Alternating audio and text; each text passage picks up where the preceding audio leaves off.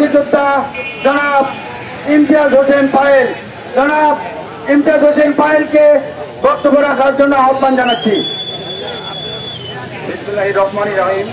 বাংলাদেশ জাতীয়তাবাদী ছাত্র দল শাহজাহানপুর উপজেলা শাখার পক্ষ থেকে সবাইকে সালাম, আসসালামু আলাইকুম এবং হিন্দু দাদা দিদির প্রতি নমস্কার।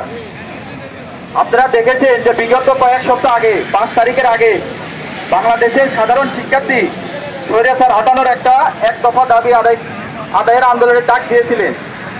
এই আন্দোলনে সাধারণ শিক্ষার্থী সহ সাধারণ মানুষ, বিএনপি, ছাত্রদল, যুবদল, স্বেচ্ছাসেবক দল সবাই আমরা স্বতঃস্ফূর্তভাবে অংশগ্রহণ করেছি এবং এই খুনি হাসিনা নির্বিচারে সবাইকে গণহত্যায় পরিণত করেছিল এবং এই বর্তমান যে তার এই গুন্ডা বাহিনীগুলো আছে, মন্ত্রী এমপি, তারা সবাই এখনো বাংলাদেশে অবস্থান করতেছে।